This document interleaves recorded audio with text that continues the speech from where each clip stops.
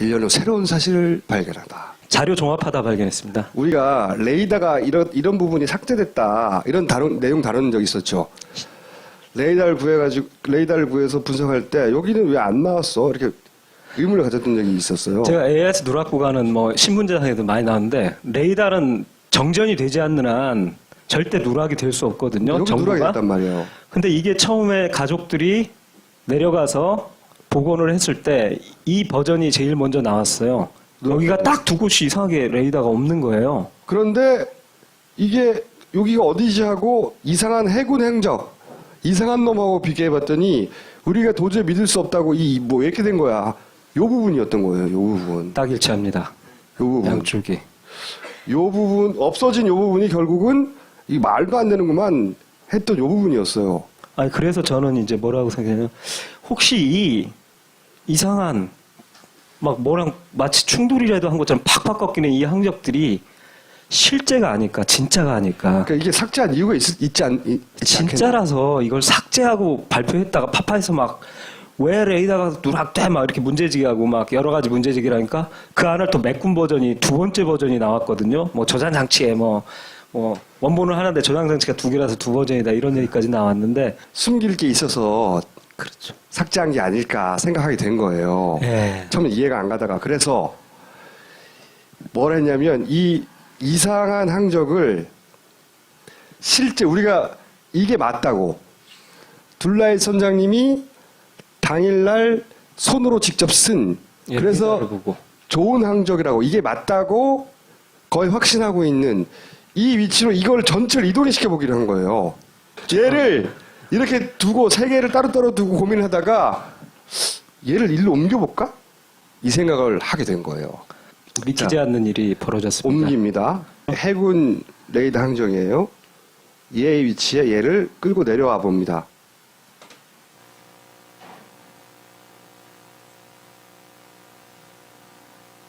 보시죠. 저는 이걸 처음 보고 소름 끼쳤어요. 이 노란 부분이 섬이에요. 그리고 이 밑에 선들이 뭐냐면 해저 바다 밑에도 산맥이 있잖아요. 이렇게 해저에 말하자면 등고선을 표시한 거예요. 우리 눈에는 보이지 않는 겁니다. 근데 이 등고선 모양과 묘하게 일치해요. 그죠? 여기서 저는 1차 소름이 끼쳤습니다. 이게 왜 이게 이렇게 일치하지? 따라서 특히 이 L자 항적 도저히 배가 갈 수 없는 이 충돌 항적이라고 확 꺾인 배의 그 모든 선의 능력을 초월하는 그 부분이 딱 여기 이 꼭지점들에 해당됩니다. 해저 등고선에 어딘가에 걸린 딱 꼭지점에. 일치를 해요. 제일 그러니까 안 일치하는 부분이 아래 꼬리 부분인데 거기 말고 나중에 설명을 할 것이고 예. 그러니까 1차 결론은 이렇게 된 겁니다. 이게 뭔가 해저 지형과 관련이 있는 거다. 그 다음 이제 다시 한번 점프를 합니다. 우리가 따로 다뤘죠. 그 선원과 그리고 해경이 공모한 거 아니야? 뭘 이거 가지고 내려오고 그리고 뭐 남아서 막 바닷속에 뛰어들고 막 배가 뒤로 왔다 갔다 하고 막 이런 짓을 하잖아요.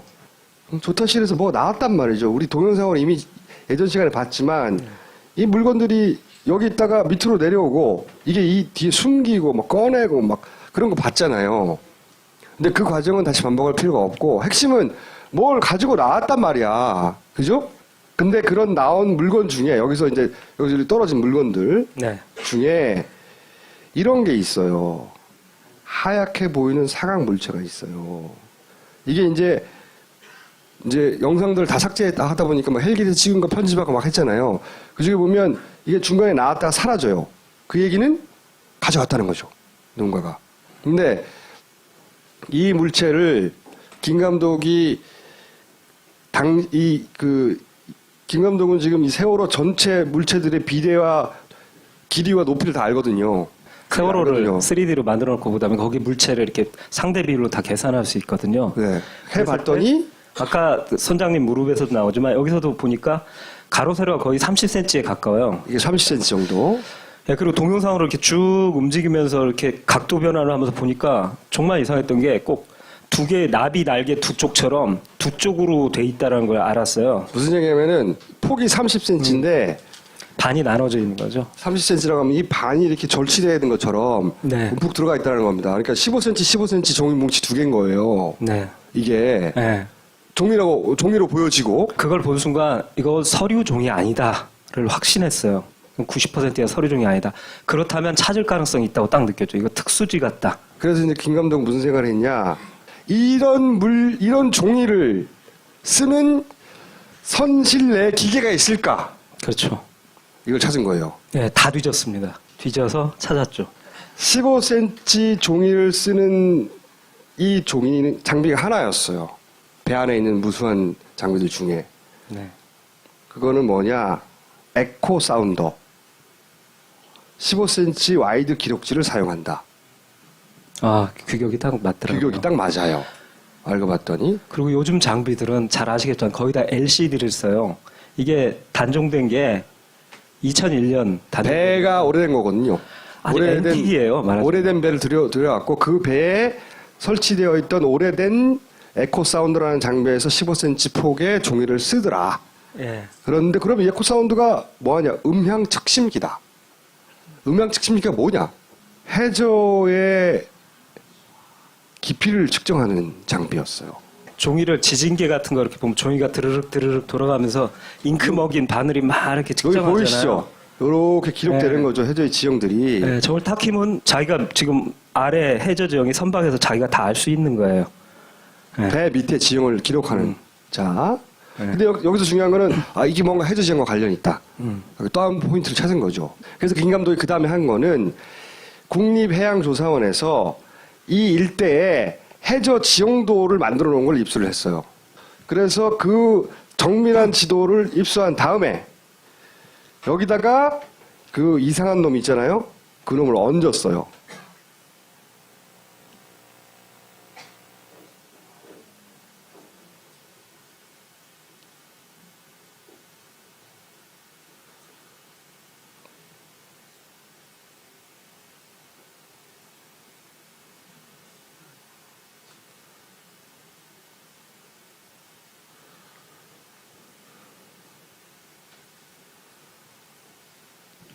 이 바닷속 지형을 그대로 따라갑니다. 그리고 하얀색이 일정 높이의 해저 등고선인데요. 이렇게 상상하십시오. 저 노란색과 푸른색은 불룩 솟아 있는 거예요. 산맥으로 대관령 같은 산맥으로 봐주세요. 그리고 이 산맥의 맨 위에 이렇게 물에 잠겼다고 봤을 때 산 꼭대기만 볼록 튀어나온 게 섬이고 밑에는 해저 산 자락이 있는 거예요. 이런 산맥이 물에 잠겼다고 생각하시면 됩니다. 그러면 이 산등성이의 라인을 따라갑니다, 배가. 그러다가 일정 높이에 되게 높은 가파른 곳에 오면 거기가 저희가 봤던 L자항적이라고 했던 곳이 여기 탁 꺾입니다. 탁탁 그걸 김 감독은 L자 같다고 해서 네. L자라고 불렀는데 네. 자 이걸 좀 더 확대해서 김 감독이 L자라고 표현한 확 꺾이는 지형 거기서 이 해저에 있는 지형과 어떻게 일치하는지를 보면 꺾이는 게 총 4개가 있단 말이죠. 그중에 두 번째로 확 꺾이는 부분 여기죠. 여기 예, 높은 데로 와갖고 보시면 배가 쭉 왔다가 우회전 하잖아요. 우회전으로 와갖고 이 높은 곳에 와서 탁 마치 부딪히는 듯한 그러니까 이렇게 높은 벽을 생각하십시오. 그런 산 등성이에 탕 부딪힌 것처럼 팍 꺾인 다음에 쭉 온 다음에 이게 자 보세요. 이게, 네. 이게 뭘 의미하냐면 배가 이렇게 오다가 이렇게 간 거예요. 탕 튄 거예요. 배가 이 점들이 배의 움직임이란 말이죠. 10초마다 이 세월호의 위치입니다. 이렇게 오다가 배가 이렇게 간 거예요. 이렇게 여기서 이렇게 갔잖아요. 그리고 보시면 이게 간격이 넓다는 건 속력이 빠르다는 거예요. 빠르게 오다가 여기 턱 부딪힌 것처럼 되니까 속력이 조밀해지죠.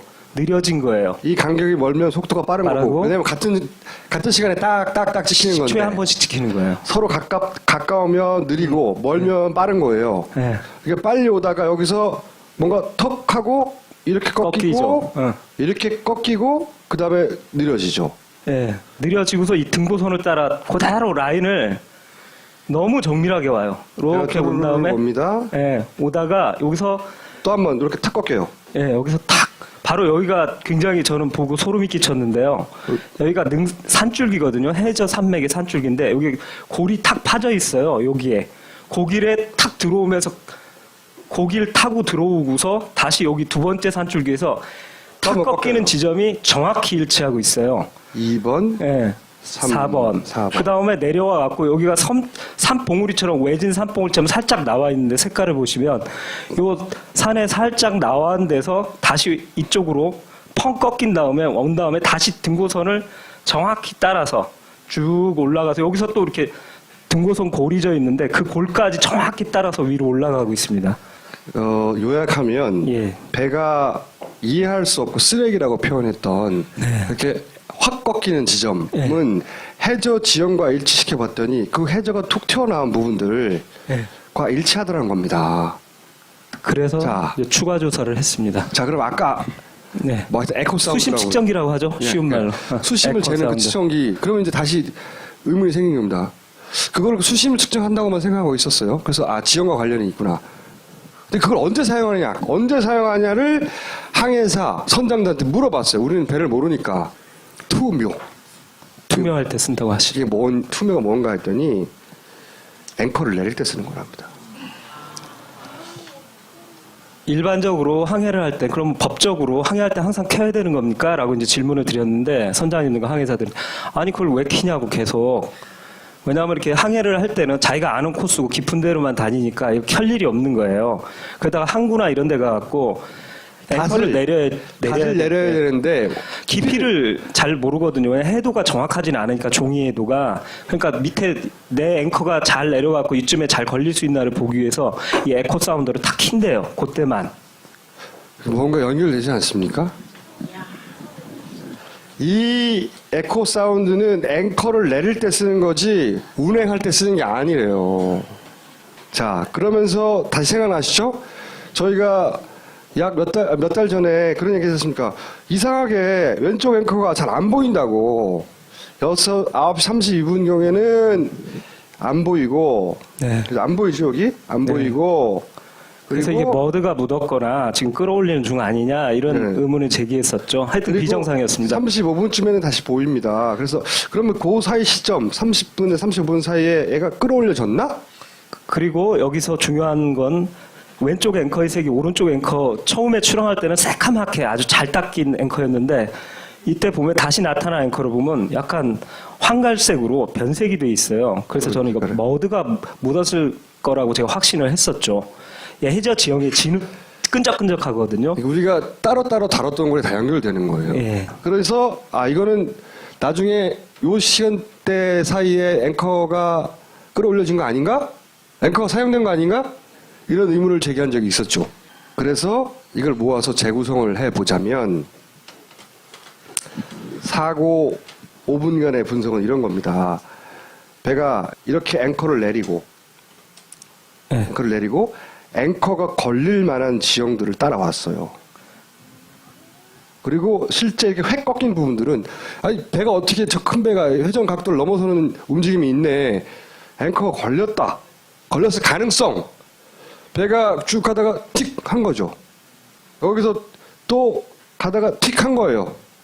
라는 가능성이 우리는 보지 못했으니까. 하지만 추론은 대단히 높다 이거. 여기에 와갖고 높은 지대의 이 등고선 하얀 라인 보이시죠? 여기에 한번 탁 걸려서 툭 꺾인 다음에 다시 여기서 풀리니까 속력이 다시 빨라지는 거예요.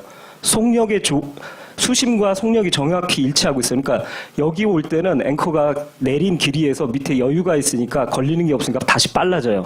여기서 중요한 점이 나왔는데 뭐냐면 이 배는 느리게 가는 게 아니라 사실은 풀 가동하고 있다는 거죠. 왜냐하면 여기 속력 데이터를 보니까 세월호가 낼 수 있는 거의 최대 속력이 나오고 있더라고요. 이 얘기는 뭐냐면 이 앞에 느리게 나오고 속력이 나오는 것은 최대 속력을 실제로 낮춘 게 아니라 여기서 풀가동으로 달리고 있는데 앵커를 내리다 보니까 마찰하니까 뒤에서 잡아 끄니까 자연스럽게 느려진 속력이지 실제 속력이 아니란 얘기죠. 팅 한 거예요 여기서. 여기서 한번 팅하고 산맥에 걸려서 팅 하고 속도가 늘어졌다가 근데 이게 풀렸어. 네. 또 가. 그리고 여기도 재밌는 포인트인데 여기가 뾰족하게 또 여기도 튀어나온 부분인데 여기서 탁 맞고 꺾이는 거 보이시죠? 배가 좁아져. 한번 이렇게 꺾여요 이렇게. 여기서 또 꺾여요. 여기 또 꺾이고. 예, 그것까지 이제 정확히 일치하고요. 온 다음에 드디어 이제 여기가 40m 등고선인데 여기 와갖고 탕 하고 이제 본격적으로 꺾이면서 이제 위험한 일들이 벌어지는데 이제 요 부분에서 저는 이제 어디서 사고 났느냐가 궁금했었죠. 그건 한번 다음 장에서. 자, 우리가 이 내용도 다뤘습니다. 다 따로 다룬 내용이에요. 배가 승객 일은 소파에서 왼쪽 출입문 바다에 떨어질 정도로, 그리고 한 사람은 난간에 날아가서 부딪혀 갈비가 부러질 정도로, 한 사람은 문을 통과해 날아가 복도를 지나 다른 방벽에 부딪힐 정도로. 그러니까 그러면 저렇게 사람이 탁 날아갈도록 채였던 지점이 어디냐? 감독님이 발견한 지점은 여기예요. 여기였다. 산줄기. 여기서- 해저 산줄기에 고립해져 있는 여기가 되게 날카로워요. 여기에 팍 꺾이잖아요. L자로. 예, 3으로 저희들이 결론을 내린 이유가 생존자의 인터뷰를 통해서인데요. 자, 화물기사 최은수 씨가 있습니다. 이분은 네. 한 달에 3회 이상 그러니까 인천에서 제주 가는 배를 계속 타신 거예요. 화물기사 15년 경력 정도 되시는데 세월호 초창기부터. 네. 이분이 마침 사고 시점에 배 이 지점에 타고 당시 사고 상황을 봤어요.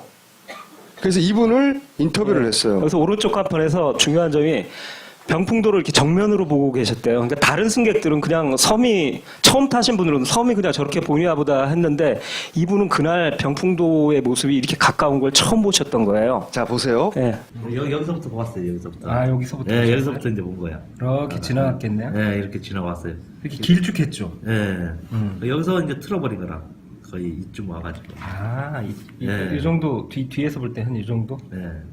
그때 보셨을 때 거의 섬이 그러니까 눈앞에 꽉 찰 정도로 그러니까 이렇게 그 보셨을 나무 때 가지까지 봤으니까 이 정도 좀. 이 정도? 네, 이 정도 떨어져서 거의 조금 붙었어요. 네, 이렇게 크게 보인 거예요. 그러니까 섬 거의 다 붙인 거예요. 우리는 거의 다 봤어요. 그 섬을. 나는 섬을 받아버리는 줄 알았다니까요. 그때 당시에. 다시 한번 둘라이 선장님이 말한 위치가 맞는 거죠. 굉장히 가까이 갔다는 증언이고, 이분이 그 인터뷰를 바탕으로 저희들이 정밀하게 인간의 화각 이런 걸 생각해서 시료 화각이 약 60도라는 것도 알기 때문에 그걸 갖고 검증해보고 아까 꼼꼼하게 보신 분은 알겠지만 이분이 정면으로 병풍도를 바라본 곳이 이 제가 하단 병풍도 쥐가 웅크리고 있는 이 모양의 하단 병풍도의 하단 엉덩이 명품도 상단 명품도. 예 상단은 거의 안 보이셨고요. 하단 병풍도만 크게 보이셨던 거예요. 꽉 차게. 그리고 이분이 한 증언 내용은 뭐냐면 내가 봤을 때 이건 안 보였고 네. 이 위치에서 이것만 보였어. 이것만 보이는 위치는 여기라는 거죠. 그리고 사고 날 때 이 엉덩이 부분 아까 보셨죠? 섬을 끄트머리를 거의 지나는 요 부분. 끝에서 사고 났다니까? 네. 요 끝이 보이는 지점? 여기 네. 맞아요. 그러니까. 그러니까 L자가 맞는 거예요. 왜냐하면 그 다음 L4로 오면 다시 상병풍도가 들어오거든요. 이렇게 왜냐면 이 꺾이면서. 배가 이렇게 올라가기 시작하면 여기가 보여야 되잖아요. 그러니까 이 확 꺾이는 지점. 그러니까 본인이 배가 확 꺾여가지고 넘어진 그 지점이 어디냐고 했더니 거기가 여기야. 네. 내가 그때는 요 위에가 안 보였고 그리고 배가 확 돌아간 게 요 뒷부분이 보일 때라니까. 네, 엉덩이를 지날 때라고 정면에서. 그러니까 여기인 거죠, 여기. 예. 이해하셨죠? 요거 참고로 하나만 말씀드리면 여기가 정부 발표 위치거든요. 여기서는 인간의 육안상 이 병풍도들이 다 보여야 됩니다. 그리고 오히려 위쪽이 더 잘 보여야 돼요. 절대 이 최은수 씨가 본 것 같은 이 하단 병풍도만 보이고 중앙에 엉덩이가 보이는 일은 벌어지지 않습니다. 더군다나 여기서는 섬을 들이박는 이게 500m 떨어진 거예요. 더 섬을 들어박는 줄 알았다니까 말이 나올 리가 없고 네. 그리고 이분은 처음 탄 게 아니라 매주 탔다니까요. 자기가 하여튼 이 세월호를 타면서 섬에 이렇게 가까이 간 건 처음이었다고 합니다. 자, 그리고 중요한 또 게 한 또 가지. 하나 나왔습니다. 사고 가지. 때의 회전 방향. 그러니까 배가. 탁 꺾였어요. 그러면 어디로 자기가 몸이 어디로 날아가는지 기억할 거 아니에요. 그죠? 네. 탁 꺾였을 때 어떻게 됐냐 상황 설명을 서서 일어서서 그대로 포즈를 취하시고 하라니까 기억해 내시더라고요. 갑자기 한번 이렇게 보겠습니다. 전화 통화하고 있는데 갑자기 이렇게 틀었거든. 컵으로 이렇게 틀었거든. 그러니까 몸이 어떻게 네, 됐어요? 왼쪽으로 이렇게 통화하고 있는데 이제 어. 이렇게 돌아가 버리니까 이렇게 돌아갔지. 이렇게 돼 있어. 이게 왜 중요한지 네, 다음 장을 보시면 너무 중요한 게 나온 거예요. 몸이- 정부는 절대 좌회전 안 했대요. 배 타고 있는데 내가 이렇게 돈다는 건 배가 이렇게 돈다는 얘기예요. 요 배가 L자 예. 네, L자에서 팍 꺾이는 때 앵커가 여기에 딱 걸리면 여기가 회전축이 됩니다. 마치 낚싯줄에 매달린 물고기처럼 이 조타기에서 회전하는 게 아니라 그 꼭두각시 인형처럼 이런 식으로 붕 회전하거든요. 그렇게 되면 안에 타고 있는 사람이 바로 이런 식으로 몸이 빙 도는 거죠. 이게 이해가 가셨어요? 틱 이렇게 돌 거 아닙니까? 이렇게 엉덩이는 자유로우니까 빙 돌죠. 이렇게 돈단 말이죠. 한 바퀴. 몸이 이렇게 돌았단 말이에요. 그러니까 L자 항적이 만들어지죠. 거기에 따라 몸이 그렇게 돌았다는 거예요. 이분이 기억하는 건. 네. 또 하나. 예. 이건 뭐냐면 이건 이제 그분의 증언에 의해서 그때 L자 상황이 어떻게 만들어졌는지를 재구성한 것이고, 또 하나는 뭐냐면 우리가 이것도 다뤘어요. 따로. 이게 말도 안 되는 이런 게 어떻게 나온 거야 하면서 뭐냐면 AIS를 가지고 이 AIS에 따라서 재구성해서 배가 어떻게 움직였는지를 재구성하니까 이 상황에 나왔어요. 보세요. 기억하실 텐데. 다가 왼쪽으로 휘는 게 나와요. 왼쪽으로 퍽 하고 이렇게 역회전 자, 이게 보세요. 다시. 예. 배가 한번 텅 튕겨요. 이렇게. 예, 그리고서 왼쪽으로 돌죠. 이게 뭔지 몰라서 그때 이게 조작하다가 뭐가 이상하게 예. 제대로 못했나 보다. 예. 이게 이 상황을 말한 거였던 겁니다. 이 상황. 아, 이 상황. 예, 이번 건 두 번째입니다. 꺾인 거. 예, 두 번째 건데 이게 정부 내에서 다놓고 말씀인데 정부 내 관계자들이 제일 애를 먹고 이거 해명하느라고 진땀을 빼고 끝내 거의 해명도 못한 항적이 바로 이 L자 항적이었거든요. 근데 그게 일종의 미스테리로 남았거든요. 나침판이 고장나느냐 뭐 수십 시간 막 궤변을 늘어놓고 그랬는데 결국은 처음으로 이게 설명이 되는 거예요. 이 꺾인 게 데이터가 잘못된 게 아니라 실제로 꺾였을 수 있다. 역회전했을 수 있다. 그게 정확히 요 지점인데 바로 요 지점과 요 산맥에 걸리는 해저 산줄기에 걸리는 지점이 똑같이 일치합니다. 여기가 여기예요. 네. 이 지금 확 꺾이는 부분 있잖아요. 항적으로 남겨서 그 항적을 김 감독이 이렇게 배 AIS 위치가 여기니까 이 배가 AIS 위치를 따라서 움직였는데 그 위치대로 AIS대로 배를 이렇게 그려봤더니 배가 이렇게 움직였다는 거다라고 하고 재구성한 게 이거예요. 이거 팅 하는 거. 그게 여기서 그 위치가 바로 여기고 L4번. 네. 배가 튕긴 거예요, 한 번. 저는 이걸 그때 파파이스 71회에서도 말씀드렸지만 이게 원본을 그러니까 저는 그렇게 개인적으로 판단했어요. 그때도 문제제기했지만 이거 조작하다가 이 앞부분에 L자 그러니까 지금 이제 결론적으로 가면 여기는 누락을 시켜놓고 이쪽은 매끈하게 데이터 몇 개 빼면 되거든요. 했는데 그러다가 너무 여기만 신경 쓰다 보니까 저는 결론적으로 여기를 신경 안 쓰고 실수로 내버려 AIS 둔 거죠. 데이터에 실수로 내버려 뒀다가 그걸 수습을 못 해갖고 끝까지 골치를 알았던 것이다라고 이런 확신하고 식으로 있습니다. 그림을 그려서 해봤다면 이게 이상하다는 걸 알았을 텐데 이게 진짜와 가짜가 막 뒤섞여 있단 말이죠. 그렇죠. 이거 남겨진 진짜예요, 말하자면. 법정에서도 검경합동수사본부의 그 단장님도 그래 자기가 이 6,000톤급 배가 뒤로 확 회전하는 이거는 난 도저히 나도 이건 이해가 안 가는데 이게 나침판 고장이냐 막 이런 얘기까지 하고 그랬었거든요. 근데 나침판 고장이 아니라 이 해저 산줄기에서 앵커가 걸려서 다 꺾였다고 해석하면 정확히 미스테리가 풀립니다. 그러니까 착한, 나쁜, 이상한 것을 종합해서 재구성한 진짜 세월호 항적은 이런 건 거예요. 이 해군 레이더는 제가 이건 100% 말씀드릴 수 있는데요. 이 항적은 바다 위에서 달려서 나오는 일반적인 항해로 나올 수 있는 항적이 절대 아니고요. 반드시 이 병풍도 옆에 와서 앵커를 내리고 갔을 때 보이는 속도 변화와 꺾임, 이 항로가 딱 일치하기 때문에 저는 세월호의 사고지는 바로 여기고 해군 레이더의 항적은 실제 항적이라고 확신합니다. 이게 진짜 항적인 거예요. 방송을 계속 보신 분들은 이 내용이 어느 날 갑자기 상상하다 툭 튀어나온 게 아니라 정말 무수한 시행착오와 그리고 지금 쓰이지 않았던 무수한 자료들 그 중에서 그거를 10번, 50번, 100번씩 보다가 따로따로 놀던 정보들이 이런 결론에 도달한 거거든요. 아주 어려운 지난한 과정을 거쳐서. 근데 이것만 딱 듣고 보면 야 그러면 세월호를 앵커로 걸어가지고 넘어뜨란 말이야? 이게 음모론을 주장한다고 할 거예요. 당연히. 그렇죠? 그리고 그 다음에 따르는 질문은 그러면 왜가 따르는 거예요. 근데 김 감독의 역할은 여기까지입니다. 왜는 사실은 정부가 밝힐 일이에요. 우린 조사권이 없으니까. 세월호를 인양할 거 아닙니까? 네. 건져 올리면 네. 앵커를 사용한 흔적 이런 것을 확인할 수도 있을까요? 저 아시는 분은 아시는데 그 이미 시사인에도 보도가 됐는데 그 지금 세월호 인양한다고 준비하고 있지 않습니까? 그래서 저 세월호 특별조사위원회가 잠수부들을 저 데리고서 배를 확인하기 위해 그리고 앵커도 찍을 계획을 잡고 제일 먼저 앵커를 찍기 위해서 잠수사를 투입해서 내려가서 지금 세월호를 촬영을 했습니다. 시사인 보도에 의하면 앵커 양쪽을 다 잘라놨다고 합니다. 없어졌습니다. 네. 네. 근데 어쨌든 앵커는 없어요, 지금. 네. 네.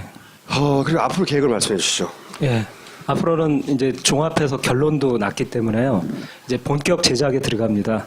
이제 전문가들, 해외 전문가들, 해외 연구소나 이런 쪽에 맡겨갖고 이제 데이터를 얻어서 더욱더 설득력을 높이는 작업을 하고 그리고 이제 총수님과 저희들이 이 완성 시기에 대해서는 잠정적으로 썬댄스 영화제에 출품을 하자라고 결론을 냈어요. 물론 내부 상영도 하고 그리고 거기 펀딩에 참여해 주신 분들 시사회 해야죠. 따로 시사회도 완성되기 전에 내부적으로도 하고 필요하다면 아마 이게 영화관에 걸리기가 쉽지 않을 것 같으니까 뭐 온라인 상영도 생각해보고 여러 가지 계획들이 있겠으나 전체적인 일정은 올해 9월에 완성해서 썬댄스 영화제에 내겠다. 자, 오늘 여기까지 하겠습니다. 감사합니다. 사라져요. 그 얘기는 가져갔다는 거죠. 누군가가. 근데 이 물체를 김 감독이 김 감독은 지금 이 세월호 전체 물체들의 비례와 길이와 높이를 다 알거든요. 세월호를 알거든요. 3D로 만들어 놓고 보다면 거기 물체를 이렇게 상대 비율로 다 계산할 수 있거든요. 네. 해봤더니 아까 선장님 무릎에서도 나오지만 여기서도 보니까 가로 세로가 거의 30cm에 가까워요. 이게 30cm 정도. 예, 그리고 동영상으로 이렇게 쭉 움직이면서 이렇게 각도 변화를 하면서 보니까 정말 이상했던 게 꼭 두 개의 나비 날개 두 쪽처럼 두 쪽으로 돼 있다는 걸 알았어요. 무슨 얘기냐면은 폭이 30cm인데 반이 나눠져 있는 거죠. 30cm라고 하면 이 반이 이렇게 절치되어 있는 것처럼 네. 움푹 들어가 있다는 겁니다. 그러니까 15cm, 15cm 종이 뭉치 두 개인 거예요. 네. 이게 네. 종이로 보여지고 그걸 본 순간 이거 서류 종이 아니다를 확신했어요. 90%가 서류 종이 아니다.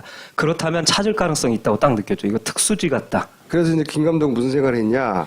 이런 종이를 쓰는 선실 내 기계가 있을까? 그렇죠. 이걸 찾은 거예요. 네, 다 뒤졌습니다. 뒤져서 찾았죠. 15cm 종이를 쓰는 이 장비가 하나였어요. 배 안에 있는 무수한 장비들 중에. 네. 그거는 뭐냐? 에코 사운더. 15cm 와이드 기록지를 사용한다. 아, 규격이 딱 맞더라고요. 규격이 딱 맞아요. 알고 봤더니 그리고 요즘 장비들은 잘 아시겠지만 거의 다 LCD를 써요. 이게 단종된 게 2001년 배가 오래된 거거든요. 아니, 앤틱이에요, 말하자면. 오래된 배를 들여갖고 그 배에 설치되어 있던 오래된 에코 사운드라는 장비에서 15cm 폭의 종이를 쓰더라. 예. 그런데 그러면 에코 사운드가 뭐하냐? 음향 측심기다. 음향 측심기가 뭐냐? 해저의 깊이를 측정하는 장비였어요. 종이를 지진계 같은 거 이렇게 보면 종이가 드르륵 드르륵 돌아가면서 잉크 먹인 바늘이 막 이렇게 여기 측정하잖아요. 보이시죠? 이렇게 기록되는 네. 거죠. 해저의 지형들이. 네, 저걸 딱 키면 자기가 지금 아래 해저 지형이 선박에서 자기가 다 알 수 있는 거예요. 네. 배 밑에 지형을 기록하는. 자. 네. 근데 여기서 중요한 거는 이게 뭔가 해저 지형과 관련이 있다. 여기 또 한 포인트를 찾은 거죠. 그래서 김 감독이 그 다음에 한 거는 국립해양조사원에서 이 일대에 해저 지형도를 만들어 놓은 걸 입수를 했어요. 그래서 그 정밀한 지도를 입수한 다음에 여기다가 그 이상한 놈 있잖아요. 그 놈을 얹었어요.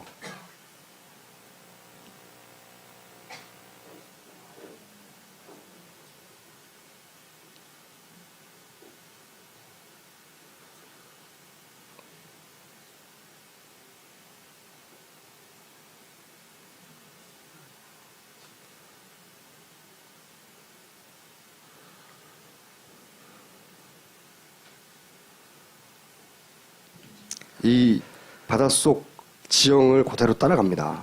그리고 하얀색이 일정 높이의 해저 등고선인데요. 이렇게 상상하십시오.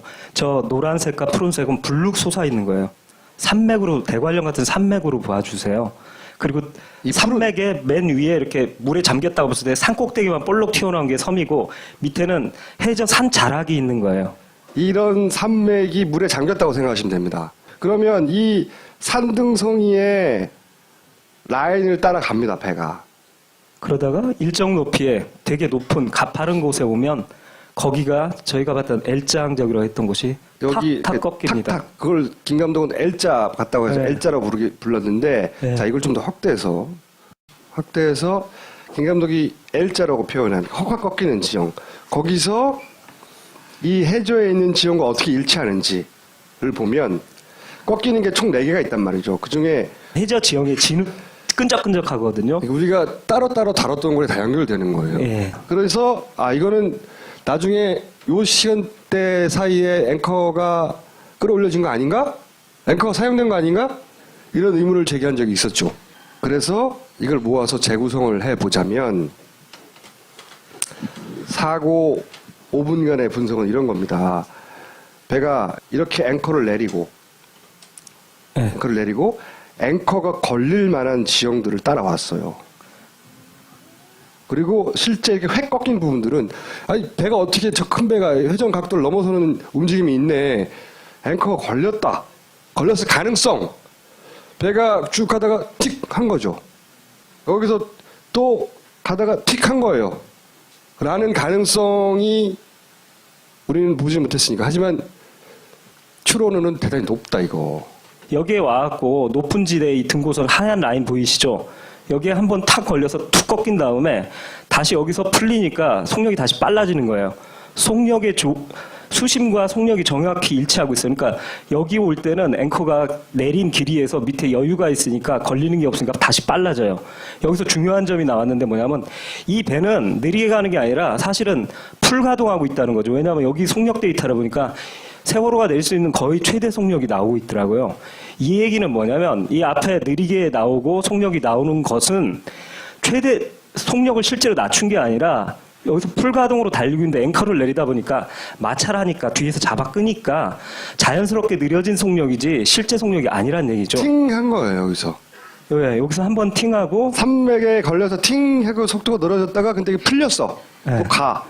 그리고 여기도 재밌는 포인트인데 여기가 뾰족하게 또 여기도 튀어나온 부분인데 여기서 탁 맞고 꺾이는 거 보이시죠? 배가 좁아져. 항도가 이렇게 꺾여요 이렇게. 여기서 또 꺾여요. 여기 또 꺾이고. 예, 그것까지 이제 정확히 일치하고요. 온 다음에 드디어 이제 여기가 40m 등고선인데 여기 와갖고 탕 하고 이제 본격적으로 꺾이면서 이제 위험한 일들이 벌어지는데 이제 요 부분에서 저는 이제 어디서 사고 났느냐가 궁금했었죠. 그건 한번 다음 장에서.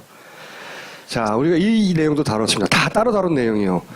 배가 승객 일은 소파에서 왼쪽 추진물 밀고 바다에 떨어질 정도로 그리고 한 사람은 난간에 날아가서 부딪혀 갈비가 부러질 정도로 한 사람은 문을 통과해 날아가 복도를 지나 다른 방벽에 부딪힐 정도로 그러니까 그러면 저렇게 사람이 탁 날아갈도록 채였던 지점이 어디냐 감독님이 발견한 지점은 여기예요. 여기였다.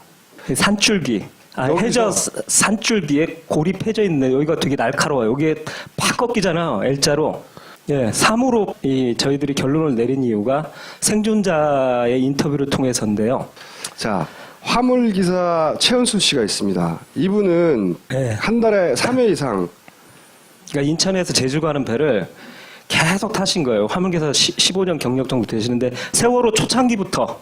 네. 이분이 마침 사고 시점에 배 이 지점에 타고 당시 사고 상황을 봤어요. 그래서 이분을 인터뷰를 했어요. 여기서 오른쪽 간판에서 중요한 점이 병풍도를 이렇게 정면으로 보고 계셨대요. 그러니까 다른 승객들은 그냥 섬이 처음 타신 분들은 섬이 그냥 저렇게 보이나 보다 했는데 이분은 그날 병풍도의 모습이 이렇게 가까운 걸 처음 보셨던 거예요. 자 보세요. 예. 여기서부터 봤어요. 여기서부터. 여기서부터. 예, 여기서부터 이제 본 거야. 이렇게 지나갔겠네요. 예, 이렇게 지나왔어요. 이렇게 길쭉했죠. 예. 여기서 이제 틀어버린 거라 거의 이쯤 와가지고. 네. 이 정도 뒤에서 볼 때 한 이 정도? 예. 그때 보셨을 때 거의 섬이 그러니까 눈앞에 꽉 찰 정도로 그러니까 이렇게 그 나무 가지까지 봤으니까 이 정도 좀. 이 정도? 예, 이 정도 떨어져서 거의 붙었어요. 이렇게. 크게 보인 거예요. 그러니까 섬 거의 다 붙인 거예요. 우리는 거의 다 봤어요. 그 섬을. 나는 섬을 받아버리는 줄 알았다니까요. 그때 당시에. 다시 한번 둘라이 선장님이 말한 위치가 맞는 거죠. 굉장히 가까이 갔다는 증언이고. 이분이 그 인터뷰를 바탕으로 저희들이 정밀하게 인간의 화각 이런 걸 생각해서 시료 화각이 약 60도라는 것도 알기 때문에 그걸 갖고 검증해보고 아까 꼼꼼하게 보신 분은 알겠지만 이분이 정면으로 병풍도를 바라본 곳이 제가 하단 병풍도 쥐가 웅크리고 있는 이 모양의 하단 병풍도의 하단 엉덩이 명품도 상단 명품도. 예 상단은 거의 안 보이셨고요. 하단 병풍도만 크게 보이셨던 거예요. 꽉 차게. 그리고 이분이 한 증언 내용은 뭐냐면 내가 봤을 때 이건 안 보였고 네. 이 위치에서 이것만 보였어.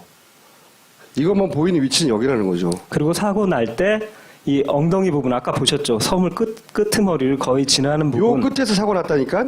네. 요 끝이 보이는 지점 여기 네. 맞아요. 그러니까. 그러니까 L자가 맞는 거예요. 왜냐하면 그 다음 L4로 오면 다시 각이 상병풍도가 들어오거든요. 이렇게 왜냐하면 이 꺾이면서. 배가 이렇게 올라가기 시작하면 이제 여기가 보여야 되잖아요. 그러니까 이 확 꺾이는 지점. 그러니까 본인이 배가 확 꺾여가지고 넘어진 그 지점이 어디냐고 했더니 거기가 여기야. 네. 내가 그때는 요 위에가 안 보였고 그리고 배가 확 돌아간 게 요 뒷부분이 보일 때라니까. 네, 엉덩이를 지날 때라고 그러니까 정면에서. 여기인 거죠. 여기. 예. 이해하셨죠? 요거 참고로 하나만 말씀드리면 여기가 정부 발표 위치거든요. 여기서는 인간의 유관상 이 병풍도들이 다 보여야 됩니다. 그리고 오히려 위쪽이 더 잘 보여야 돼요.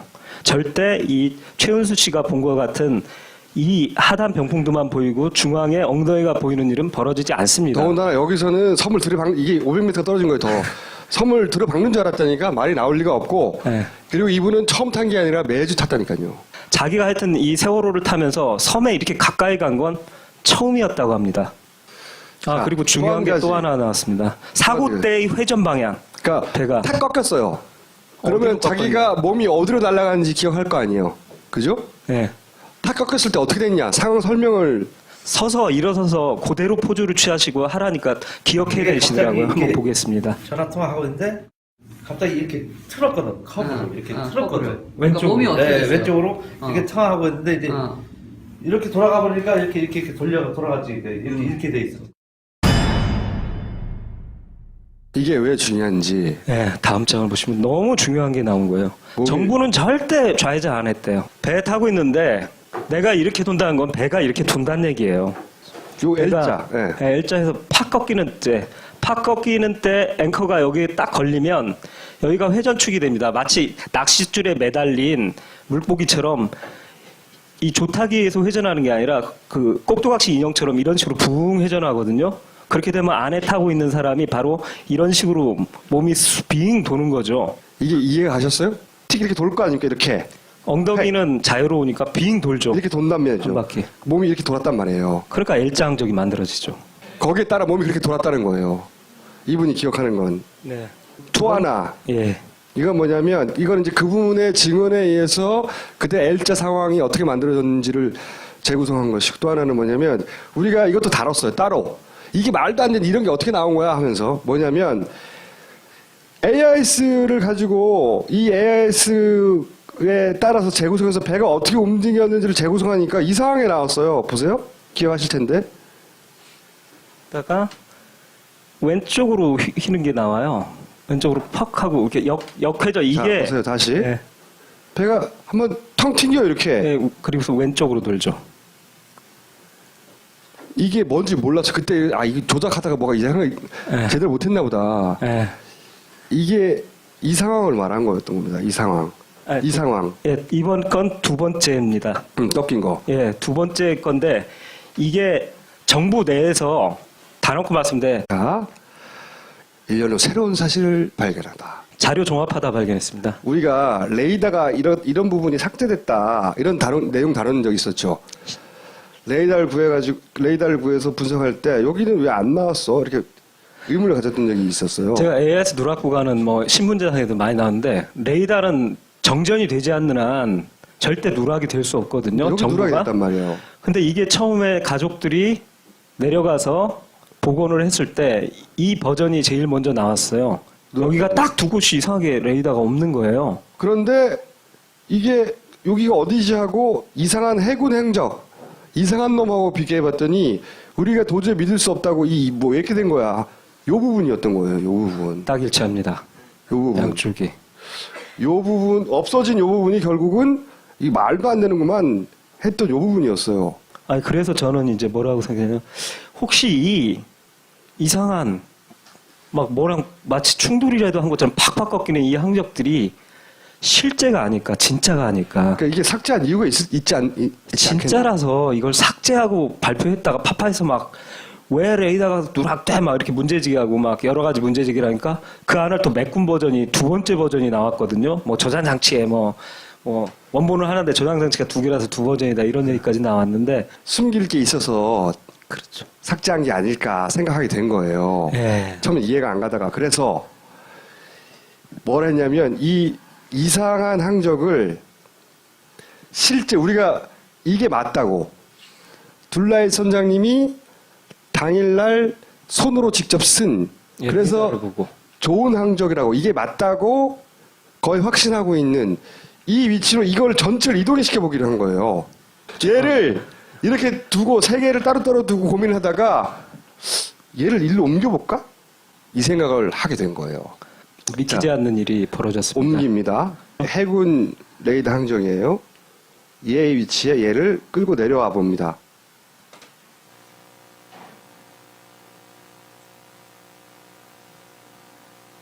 보시죠. 저는 이걸 처음 보고 소름 끼쳤어요. 이 노란 부분이 섬이에요. 그리고 이 밑에 선들이 뭐냐면 해저 바다 밑에도 산맥이 있잖아요. 이렇게 해저에 말하자면 등고선을 표시한 거예요. 우리 눈에는 보이지 않는 겁니다. 근데 이 등고선 모양과 묘하게 일치해요. 그죠? 여기서 저는 1차 소름이 끼쳤습니다. 이게 왜 이게 이렇게 일치하지? 따라서 특히 이 L자 항적 도저히 배가 갈 수 없는 이 충돌 항적이라고 확 꺾인 배의 그 모든 선의 능력을 이 초월하는 그 부분이 딱 여기 이 꼭지점들에 해당됩니다. 해저 등고선에 어딘가에 걸린 딱 꼭지점에. 일치를 해요. 제일 그러니까 안 일치하는 부분이 아래 꼬리 부분인데 거기 말고 나중에 설명을 할 것이고 예. 그러니까 1차 결론은 이렇게 된 겁니다. 이게 뭔가 해저 지형과 관련이 있는 거다. 그 다음 이제 다시 한번 점프를 합니다. 우리가 따로 다뤘죠. 그 선원과 그리고 해경이 공모한 거 아니야? 뭘 이거 가지고 내려오고 그리고 뭐 남아서 막 바닷속에 뛰어들고 막 배가 뒤로 왔다 갔다 하고 막 이런 짓을 하잖아요. 조타실에서 뭐 나왔단 말이죠. 우리 동영상을 이미 예전 시간에 봤지만 이 물건들이 여기 있다가 밑으로 내려오고 이게 이 뒤에 숨기고 막 꺼내고 막 그런 거 봤잖아요. 근데 그 과정은 다시 반복할 필요가 없고 핵심은 뭘 가지고 나왔단 말이야. 그죠? 근데 그런 나온 물건 중에 여기서 떨어진 물건들 네. 중에 이런 게 있어요. 하얗게 보이는 사각 물체가 있어요. 이게 이제 영상들 다 삭제하다 보니까 막 헬기에서 찍은 거 편집하고 막 했잖아요. 그 중에 보면 이게 중간에 나왔다 두 번째로 확 꺾이는 부분. 여기죠? 여기? 예, 높은 데로 와갖고 보시면 배가 쭉 왔다가 우회전 하잖아요. 우회전으로 와갖고 이 높은 곳에 와서 탁 마치 부딪히는 듯한 그러니까 이렇게 높은 벽을 생각하십시오. 그런 산 등성이에 탕 부딪힌 것처럼 팍 꺾인 다음에 쭉 온 다음에 이게 잘 보세요. 이게, 네. 이게 뭘 의미하냐면 배가 이렇게 오다가 이렇게 간 거예요. 탕 튄 거예요. 배가 이 점들이 배의 움직임이란 말이죠. 10초마다 이 세월호의 위치입니다. 이렇게 오다가 배가 이렇게 간 거예요. 이렇게 여기서 이렇게 갔잖아요. 그리고 보시면 이게 간격이 넓다는 건 속력이 빠르다는 거예요. 빠르게 오다가 여기 턱 부딪힌 것처럼 되니까 속력이 조밀해지죠. 느려진 거예요. 이 간격이 멀면 속도가 빠른 거고. 빠르고. 왜냐면 같은 시간에 딱딱딱 찍히는 건데. 10초에 한 번씩 지키는 거예요. 서로 가까우면 느리고 멀면 빠른 거예요. 네. 이게 빨리 오다가 여기서 뭔가 턱 하고 이렇게 꺾이고 꺾이죠. 어. 이렇게 꺾이고 그 다음에 느려지죠. 예, 느려지고서 이 등고선을 따라 그대로 라인을 너무 정밀하게 와요. 이렇게 온 다음에 옵니다. 예, 오다가 여기서 또 한 번 이렇게 탁 꺾여요. 예, 여기서 탁 바로 여기가 굉장히 저는 보고 소름이 끼쳤는데요. 여기가 산줄기거든요. 해저 산맥의 산줄기인데 여기 골이 탁 파져 있어요. 여기에 고길에 탁 들어오면서 고기를 타고 들어오고서 다시 여기 두 번째 산줄기에서 탁 한번 꺾이는 꺾여요. 지점이 정확히 일치하고 있어요. 2번, 예. 4번. 4번. 그 다음에 내려와 갖고 여기가 산봉우리처럼 외진 산봉우리처럼 살짝 나와 있는데 색깔을 보시면 요 산에 살짝 나와 있는 데서 다시 이쪽으로 펑 꺾인 다음에 온 다음에 다시 등고선을 정확히 따라서 쭉 올라가서 여기서 또 이렇게 등고선 골이 져 있는데 그 골까지 정확히 따라서 위로 올라가고 있습니다. 요약하면 예. 배가 이해할 수 없고 쓰레기라고 표현했던 네. 이렇게 확 꺾이는 지점은 해저 지형과 일치시켜 봤더니 그 해저가 툭 튀어나온 부분들과 네. 일치하더라는 겁니다. 그래서 자. 이제 추가 조사를 했습니다. 자, 그럼 아까 네. 뭐 하여튼 에코 사운드라고 수심 측정기라고 하죠. 예, 쉬운 말로. 수심을 에코 재는 그 사운드. 측정기. 그러면 이제 다시 의문이 생긴 겁니다. 그걸 수심을 측정한다고만 생각하고 있었어요. 그래서 지형과 관련이 있구나. 근데 그걸 언제 사용하냐를 항해사 선장들한테 물어봤어요. 우리는 배를 모르니까. 투명할 때 쓴다고 하시죠. 이게 투명가 뭔가 했더니 앵커를 내릴 때 쓰는 거랍니다. 일반적으로 항해를 할 때, 그럼 법적으로 항해할 때 항상 켜야 되는 겁니까? 라고 이제 질문을 드렸는데, 선장님과 항해사들은, 아니, 그걸 왜 켜냐고 계속. 왜냐하면 이렇게 항해를 할 때는 자기가 아는 코스고 깊은 데로만 다니니까 이거 켤 일이 없는 거예요. 그러다가 항구나 이런 데 가갖고, 앵커를 내려야 되는데, 깊이를 잘 모르거든요. 왜냐면 해도가 정확하진 않으니까 종이 해도가. 그러니까 밑에 내 앵커가 잘 내려갖고 이쯤에 잘 걸릴 수 있나를 보기 위해서 이 에코 사운드를 탁 킨대요. 그때만. 뭔가 연결되지 않습니까? 이 에코 사운드는 앵커를 내릴 때 쓰는 거지 운행할 때 쓰는 게 아니래요. 자, 그러면서 다시 생각나시죠? 저희가 약 몇 달 전에 그런 얘기 했었습니까? 이상하게 왼쪽 앵커가 잘 안 보인다고. 9시 32분경에는 안 보이고, 네. 그래서 안 보이죠, 여기? 안 네. 보이고, 그래서 이게 머드가 묻었거나 지금 끌어올리는 중 아니냐 이런 네. 의문을 제기했었죠. 하여튼 그리고 비정상이었습니다. 35분쯤에는 다시 보입니다. 그래서 그러면 그 사이 시점 30분에 35분 사이에 애가 끌어올려졌나? 그리고 여기서 중요한 건 왼쪽 앵커의 색이 오른쪽 앵커 처음에 출항할 때는 새카맣게 아주 잘 닦인 앵커였는데 이때 보면 다시 나타난 앵커를 보면 약간 황갈색으로 변색이 돼 있어요. 그래서 저는 이거 그래. 머드가 묻었을 거라고 제가 확신을 했었죠.